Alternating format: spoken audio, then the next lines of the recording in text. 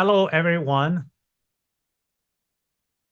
My name is Daqing Zhao. I'm a professor at Barowsky School of Business of Dominican University of California. Today, it's my pleasure to discuss with you how artificial intelligence can be applied to Latin America businesses. And I'll first talk about new opportunities available because of data and AI. And I'm going to use the example of Macy's use cases. And also, I'm going to discuss the other low-hanging fruits in Latin America, in developing countries, in China, and that's available. That's going to happen in the next few years. And then I'm also going to give some specific examples of how AI and data analytics can be applied in retail, like personalization and test and optimization. And then I'm going to talk about how the talent shortages. It is not just data scientists, but also business managers, executives. We basically need a team. Together, we can make the transition, the application of AI and digital revolution, in business. And actually, you will find out everyone has a stake in this. It's not just for data scientists or software engineer, but for everyone. Believe me. So because the computer technology, the computing power of computers would increase 100%. So the power would double every couple of years. Okay. And then the storage cost would also decrease. That's how much we pay for stored data. And also the network bandwidth increases also in time. So every 10 years, the changes accumulate that's so great that new opportunities, appears. And the existing solutions will become outdated. We'll have new solutions, better solutions. And the most recent example actually is ChatGPT. You can see how ChatGPT is disrupting just about everything, every field, including businesses. And that also presents great opportunities for everyone, for people who want to work on it. Okay.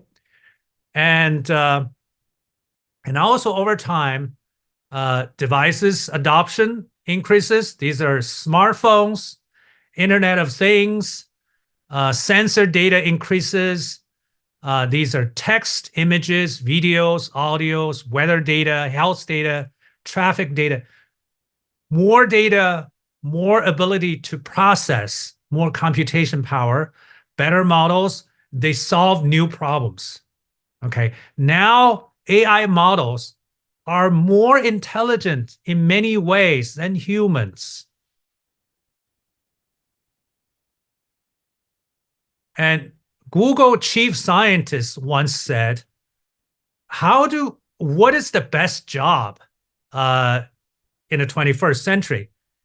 What he says is that find something that's everywhere and cheap, ubiquitous and everywhere. And that's data. And then you find a scarce complement. What is that? That's data analysis. So that's why data scientists and data analysts and people who can use data and AI to make decisions will be the best jobs. And data are becoming much larger in volume. They also get updated much more frequently. That's velocity. And variety, that these are different types of data, not just text, but clicks, page views, videos, user-generated data, and then you have audios, you have sensor data.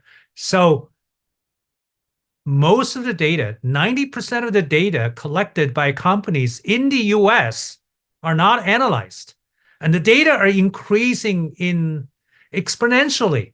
So that's why data scientists is so much in shortage. So it does require us to change our way of thinking. A CEO and CEO said, "In God we trust, all others bring data." This is a new way of doing business. Basically, the decisions are data-driven instead of traditionally intuition-driven. So intuition-driven, basically, the managers would decide, oh, I think this is the best thing, and they just go ahead and do it. Data-driven, on the other hand, you find insights. You use data to support your choices, and then you make decisions based on data. Why companies like Google or Amazon are so successful? It's because they are pioneers in data-driven decision making. That does require the managers, everyone, to think in data, to compete on the analytics. Okay. And we have to be used to generating and using data and patterns in data, or make predictions and make forecast. So we have to get used to the idea of numbers are not deterministic. That means it's not a fixed number. For example, tomorrow's sales, it could be hundreds of thousands of dollars. It could be more. It could be less. So it's a distribution. Maybe the average is several $100,000, but on a good day, on a weekend or something, it could be more. On a bad day with bad weather, snow, it could be worse. So we have to get used to these distributions. And we have to get used to using predictions and managing risk and do test and optimization. And basically, it's fully utilizing in return on investment, and let decision be evidence-based. And that's something that we need to get used to. Okay, so digitalization. Some people, often talk about digital revolution, and what is digitalization? And I'm giving you the example in retail, okay, and to discuss with you. So customer become digital. They're connected with different tactics. These are marketing tactics, search engine marketing, display, social network marketing, live streams. Now we have TikTok, we have YouTube, we have self media, we have these influencers and different devices. These are smartphones, our laptops, our tablets, and then because customer use so many devices and basically their behavior, they're engaged in loyalty programs. For example, Macy's has loyalty programs. If you signed up this, you get discounts, right? And for customers, it's all these devices and web pages and comparison shoppings. It's ease of access of information. You can search and comparison. You have more choices. You can identify deals, right? And you can save your shopping carts and your wish lists. And people sometimes, talk about online window shopping. You basically look things, you put into your shopping carts, and then one day there's, some kind of sale. You say, hey, I want to buy this. And those wish lists can stay there for a long period of time. For example, for me in Amazon, I have a long list of things that I might buy. And if there's a deal and I feel like it, then I will buy it. And for retailers, when they become digital, there are also many benefits. First, they can identify customers much better. Through online, through page views, through these loyalty programs, credit cards, websites, you log in, your shopping carts. Retailers like Macy's get to know customers much better so that they can predict what customers are going to buy. And they're going to evaluate the values of the customer, and they can differentiate, the type of customers, and also find out what to do to help the customers through their shopping experience. And also many retailers, they scale on the internet, especially the smaller ones, the pure plays online.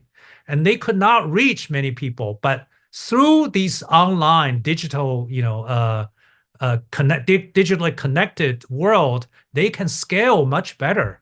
They can reach customers that they would not be able to otherwise. And they can test and learn strategies. They can optimize omni-channel experience at customer level. And of course, they can find out at macroscopic level insights. For example, for this day, for this location, what are the popular products? And what other products people who buy these popular products also buy? These are business intelligence, right? And is the sale performing?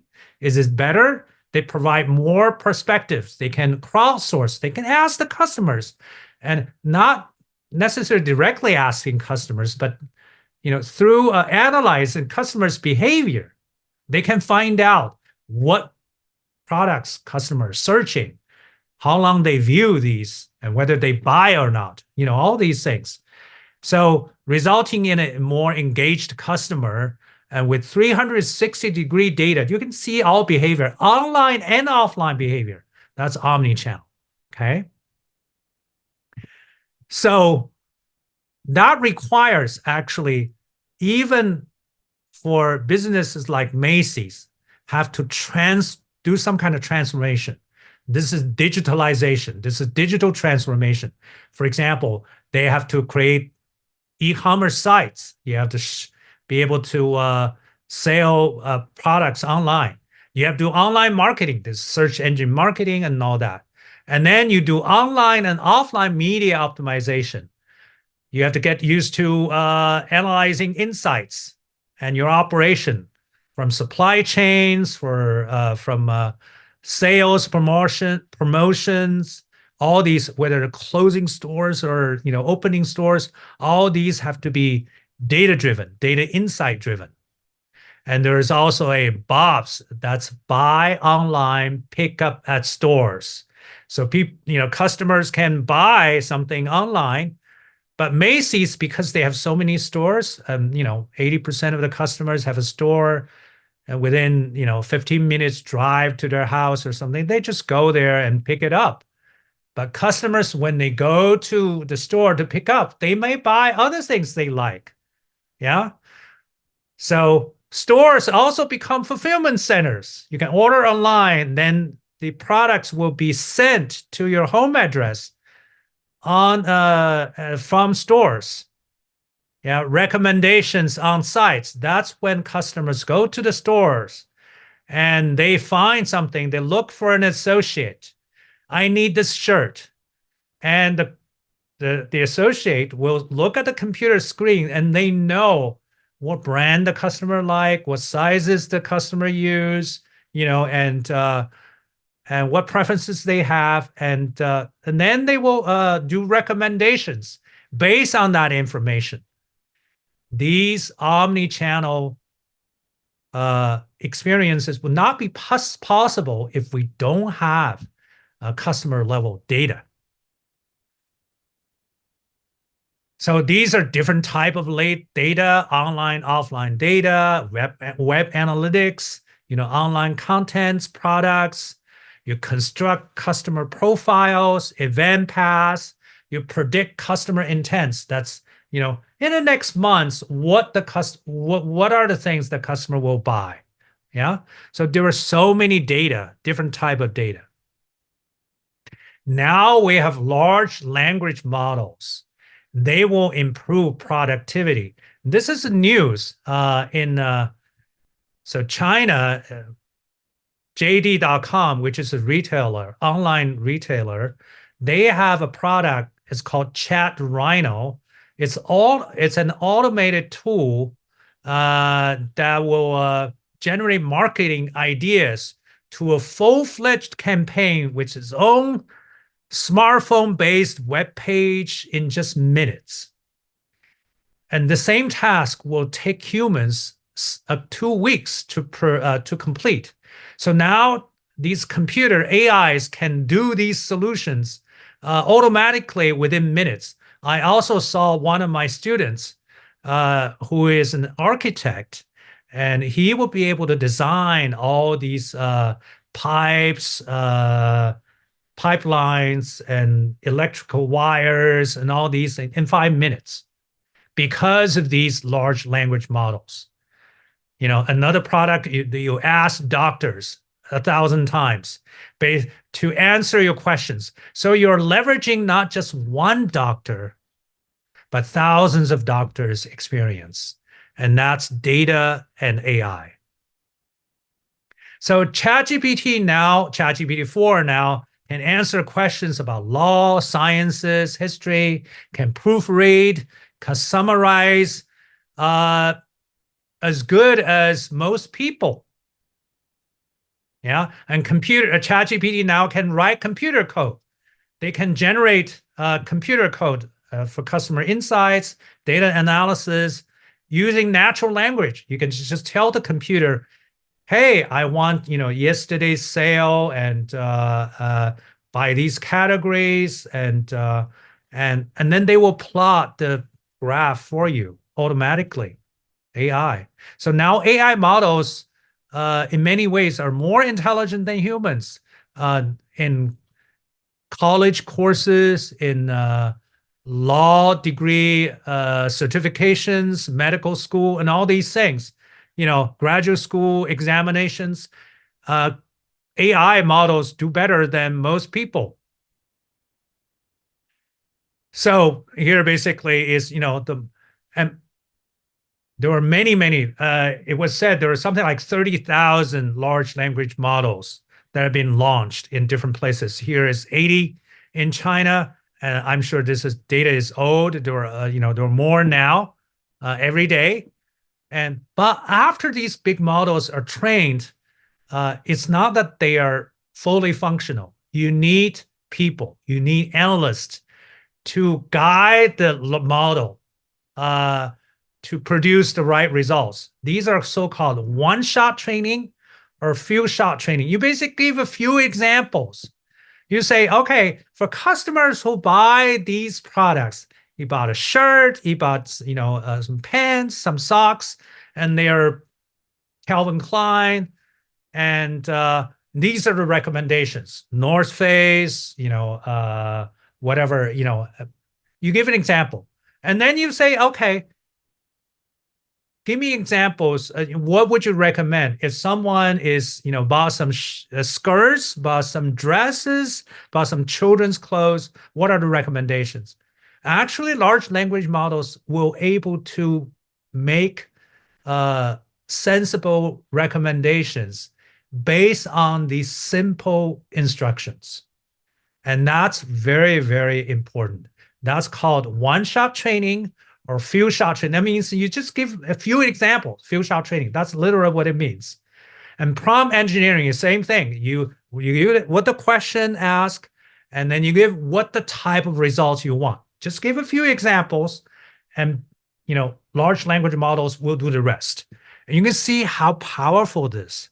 And this is simpler than training a new employee, basically, right? You think about it. So now tech companies like OpenAI, Facebook, Google, Amazon, Microsoft, they all do these. They pay a large number of people to review these answers, to provide feedback, for as little as $14 an hour. And in Kenya, which is in Africa, there are laborers who are paid $2 an hour to make ChatGPT less toxic. So if the results are totally wrong, then these people will identify them, will tell them what's the right answer, right? And so the secret sauce of ChatGPT is all of the internet. That means all the data on the internet and all this type of labor by these people who label data. They provide labels, right? This is the question, that's the right answer.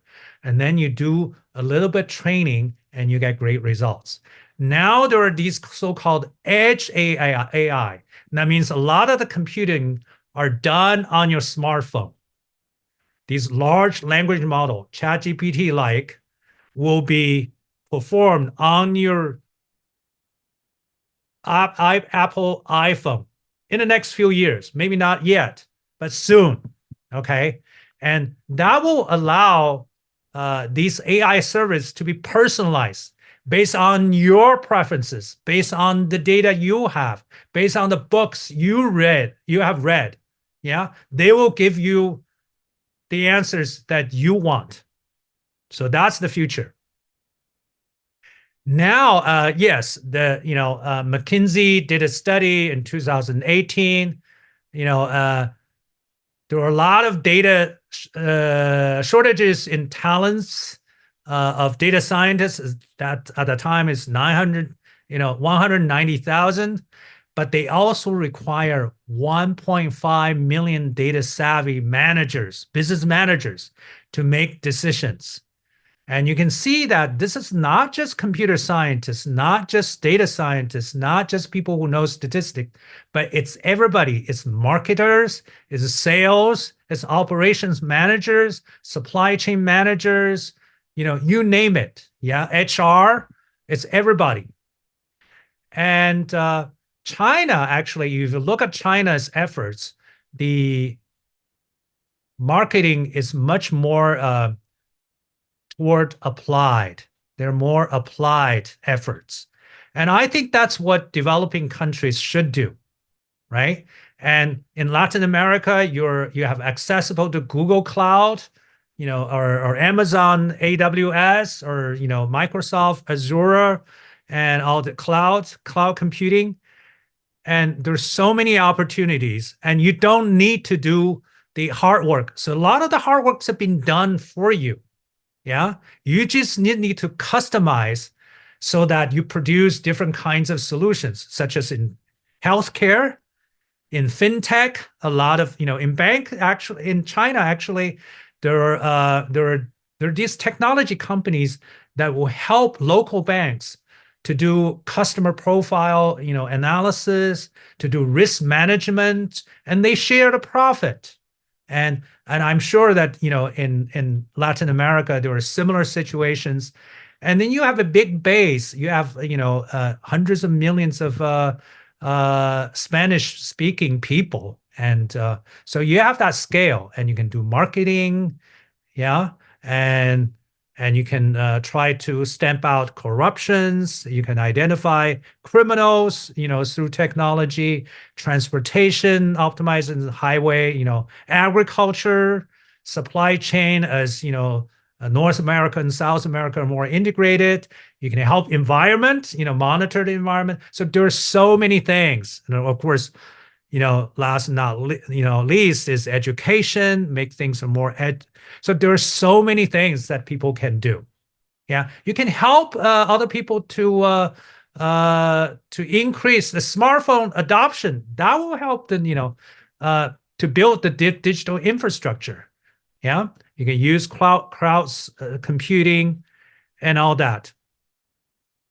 So here I'm going to tell you there are different types of data scientists. There are traditional, domain experts, right? These are people who do marketing, sales, finance, HR. They are scientists, they're government officials, and then you have IT engineers, and but you also have people who are data scientists, but They're not infrastructure builders, but they are experts in telling stories of data.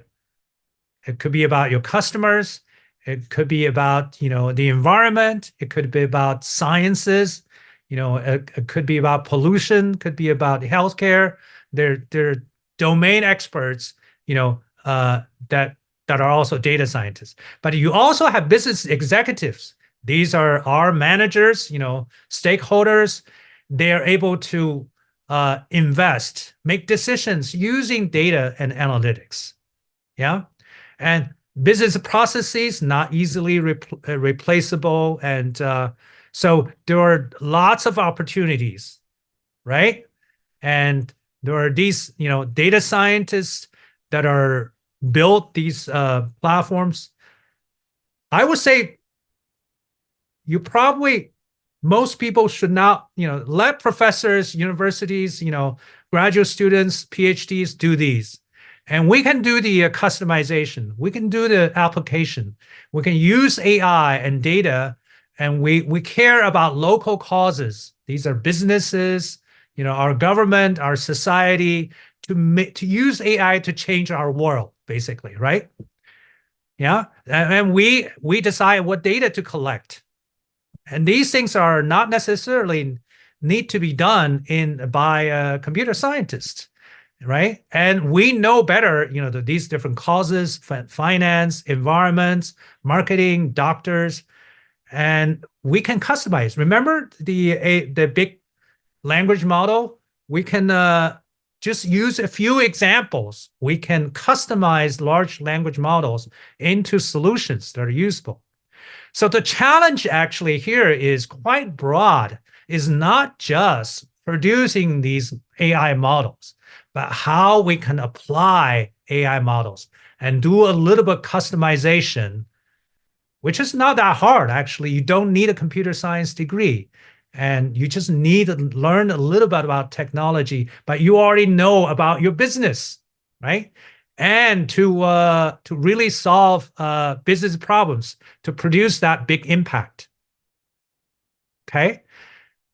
And so here I'm just gonna give you a few examples. This is Macy's. This is personalization. So sending emails, everyone has a different version based on the products that are recommended. So all these ones in the circles are, personalized.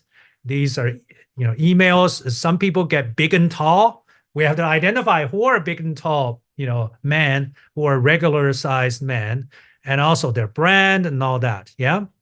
So a lot of these, they need to be test and optimization. This is basically, we have a few choices. We have different marketing, messages.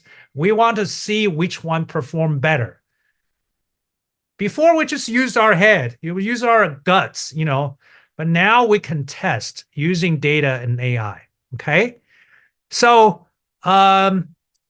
this is what I'm going to tell you. Basically, the basic conclusion is that there's so many opportunities. Okay. And every few years, we have new opportunities. It is our responsibility as business managers, as stakeholders, to change our way of thinking, to learn how to use technology to change our world. Yeah. And we should focus not just on the computer science, the data, the hardcore science part, but also how to apply them. And those are the things that we do better because we know our local issues, we know our businesses, and we care. And we have all these infrastructure, cloud computing platforms, modeling techniques, large language models, and we just need to learn a little bit. And of course, we need to know how to manage business using AI, using data. And I think if we just, learn a little bit, and we don't have to learn all these computer science. We don't need a PhD or master's in computer science. And we can really, be entrepreneurs, be game changers, change the world for better. Thank you. That's all. And I wish you good luck.